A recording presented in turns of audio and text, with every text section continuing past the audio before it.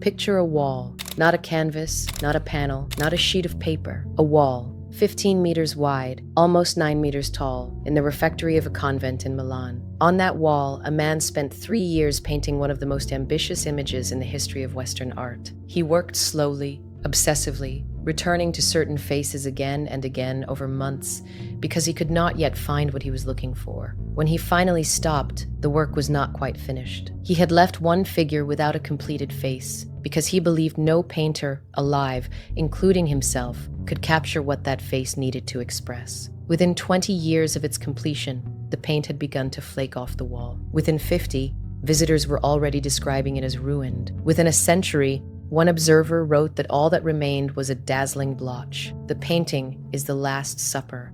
The painter is Leonardo da Vinci. And what happened to it, not at the hands of time or war or neglect, but because of a specific, deliberate technical decision Leonardo made before he ever picked up a brush, is one of the most consequential acts of self-sabotage in the history of art. Leonardo knew the risks. He chose to proceed anyway. And the reason he chose to proceed tells you something essential about what kind of painter he was and what he believed painting was for, the decision that destroyed it.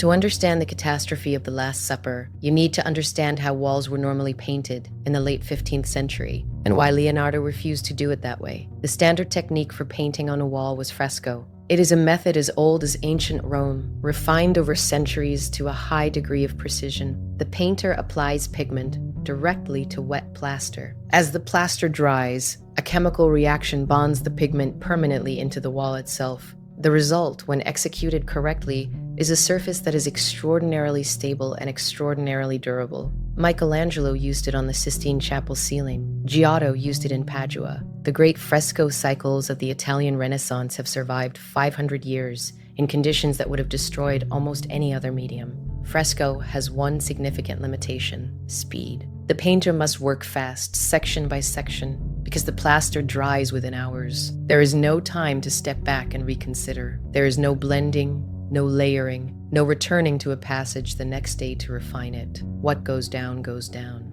Leonardo could not work this way. He was constitutionally incapable of it. His notebooks contained thousands of pages of observations, revisions, second thoughts, and abandoned approaches across almost every subject he ever pursued. He left dozens of projects unfinished across his lifetime, not from laziness, but from a perfectionism so extreme that it sometimes prevented him from completing anything at all. He spent 4 years on the Mona Lisa and still reportedly considered it unfinished when he died. The idea of committing permanently to a decision within a few hours was simply incompatible with how his mind worked, so he invented his own technique. He treated the wall with a double layer of ground, a mixture of gesso, pitch, and mastic, and painted over it using tempera and oil, the same materials used on wood panels. This gave him unlimited time. He could come and go. He could sit in front of the wall for days thinking before making a mark. He could revise a face 30 times if he needed to. It also meant the paint had no permanent bond with the wall. It was sitting on top of a prepared surface,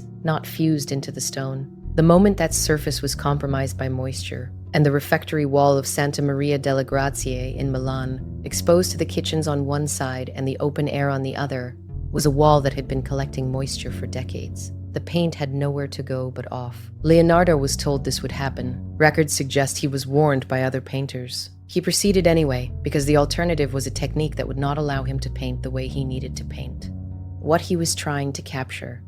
To understand why the technique mattered so much to him, you need to understand what Leonardo was actually trying to do with this commission. The subject was traditional, the moment described in the Gospel of John, when Jesus tells his disciples that one of them will betray him. Dozens of painters had depicted it before. The iconography was well established. The figures sit at a long table. Christ is at the center. Judas is identifiable, usually by his position or by a bag of coins.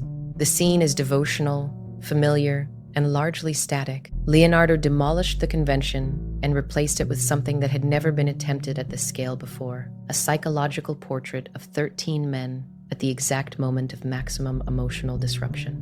He does not show the betrayal. He does not show the arrest. He shows the instant after the words have been spoken and before anyone has fully processed them, the shockwave moving through the room.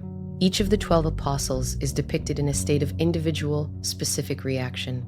They cluster into groups of 3, their bodies turning toward or away from Christ, their hands raised or extended or gripping the table, each gesture the product of a distinct personality encountering the same devastating announcement in a different way. Leonardo spent months studying faces in the streets of Milan, searching for expressions that could carry the psychological content he needed. He was not painting types, he was painting people thinking. And at the center, Christ himself sits in absolute stillness. His arms are extended, palms open, in a gesture that is simultaneously acceptance and exposure. He has just said the words. He knows what will follow. His face, described by contemporaries who saw it before the damage began as the most moving in the painting, carries an expression that Leonardo reportedly described as beyond his powers to complete. The face of Christ in the Last Supper was, by multiple accounts, the last thing he worked on, and the thing he felt he had failed at most completely. The music hidden in the composition. In 2007, an Italian musician and researcher named Giovanni Maria Palla published a study claiming to have found something encoded in the arrangement of the figures and the food on the table in the Last Supper, a piece of music. Palla's argument runs as follows. If you draw a staff of 5 horizontal lines across the painting at the level of the table and the hands, and treat the positions of the hands and the rolls of bread on the table as musical notes, reading from right to left, the direction of Hebrew writing, which Leonardo was known to have studied, the sequence produces a 40-bar musical composition in 3/4 time. The piece has been performed, recorded, and described by musicians who have heard it as having a quality of solemnity appropriate to a requiem or a hymn. The hypothesis is disputed. Some musicologists find it compelling. Others argue that in any sufficiently complex arrangement of objects, patterns can be found by someone looking hard enough for them. What is not disputed is that Leonardo was deeply interested in music, that he was himself a skilled musician and singer, that he frequently drew connections between music and painting in his writings, and that the composition of the Last Supper is structured with a mathematical precision that goes far beyond what was required for the devotional image he was commissioned to produce. Whether the music is intentional or a projection of pattern seeking onto a rich surface, the question it raises is the right one. What else might Leonardo have embedded in this image that we have not yet found? What the damage took. By the time serious restoration efforts began in the 20th century, the Last Supper had been damaged not only by Leonardo's own technique, but by everything that followed. In 1652, the friars of the convent cut a doorway through the lower center of the wall, removing the feet of Christ and several of the apostles. During the Napoleonic occupation of Milan, the refectory was used as a stable, and the wall was exposed to animal heat and waste for years. In 1943, an Allied bombing raid destroyed the refectory roof and left the wall open to the sky for several months, covered only by sandbags. The painting survived the bombing. The surrounding structure did not. The most recent restoration, completed in 1999 after 21 years of work, removed centuries of overpainting by previous restorers and brought the image back as close as possible to what Leonardo originally applied. The result is both a revelation and a reminder of what is gone. The faces are clearer than they have been in centuries. The color is subtler and more complex than the versions most people know from reproductions. But the hands, Leonardo's hands, which even his contemporaries considered among the most expressive elements of the work, are damaged beyond full recovery. The hands of the apostles, which he used to carry the psychological drama across the full width of the composition, exist now in varying states of legibility, some clear, some ghostly, some reduced to suggestions. And the face of Judas, Leonardo painted him not in the conventional position, separated from the other apostles or reaching for money, but seated among the group, his body pulling back from the table in a gesture of instinctive withdrawal. His face, in what survives, is set and contained, the expression not of a villain, but of a man who has already made his decision and is living with it. Leonardo found that face in Milan, reportedly telling friends he was searching the city's jails and criminal quarters for a man whose features could carry what Judas required. Whether he ever found the person he was looking for, or whether Judas was assembled from imagination as Christ was, no record says.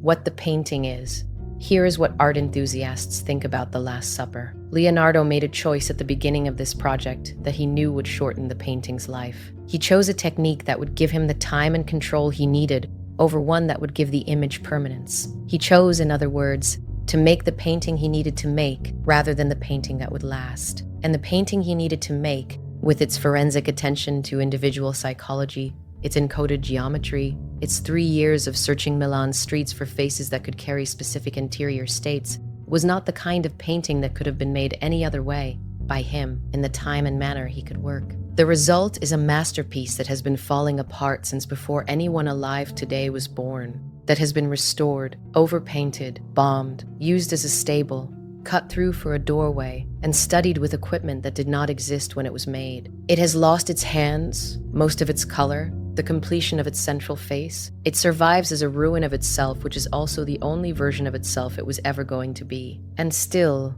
even now, even in the damaged state that has been its condition for 5 centuries, it does something to the people who stand in front of it that the intact, perfectly preserved frescoes of the Italian Renaissance frequently do not. There is an incompleteness to it that mirrors something true about the scene it depicts, the moment after words have been spoken that cannot be unsaid, before the consequences have arrived, when everything is suspended and nothing is yet resolved. Leonardo left it in that moment on purpose. He left it without a finished face at the center because he believed no one could paint what needed to be there. The damage finished what he started, and what remains is a painting that is, in its ruined state, somehow still reaching for something it never quite captured, which is, I would argue, exactly what it was always trying to do.